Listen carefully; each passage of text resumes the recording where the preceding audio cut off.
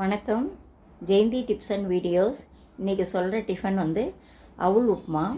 இந்த அவுள் கெட்டி அவுளாக எடுத்துக்கணும். கெட்டி அவுளாக எடுத்துக்கிட்டு 1 கிலோ அவுளுக்கு ஒரு எலுமிச்சம்பழம் அளவு புளி ஊற வைத்து கரைத்து வடிகட்டி வைத்து கொள்ளவும். இந்த அவுளை ஒரு தடவை கழுவி விட்டு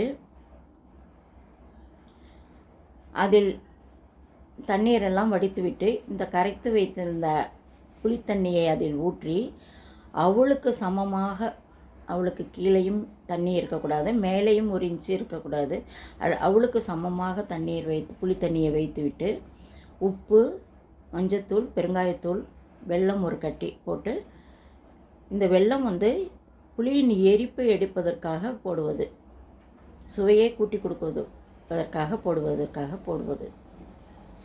இதை போட்டு நன்றாக கிளறி மூடி வைத்து விட்டால் மாலையில் இந்த டிஃபனை செய்து விடலாம். 50 எண்ணெய் வடசட்டியில் ஊற்றி கடுகு, உளுந்தம்பருப்பு, வரமிளகாய், பச்சை மிளகாய், கருவேப்பிலை எல்லாம் தாளித்து இந்த அவுளை எடுத்து கொட்டி நன்றாக கிளறி சிறிது நேரம் மூடி வைக்கவும். ஒரு 10-15 நிமிடம் மூடி வைத்து கிளறி விட்டோம்ன்றால் நன்றாக வெந்துவிடும்.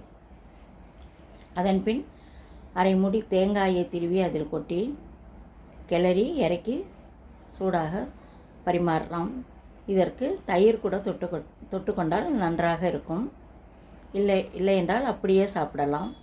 இந்த அவுள் உப்புமா செய்து சாப்பிட்டு பாருங்கள். வணக்கம்.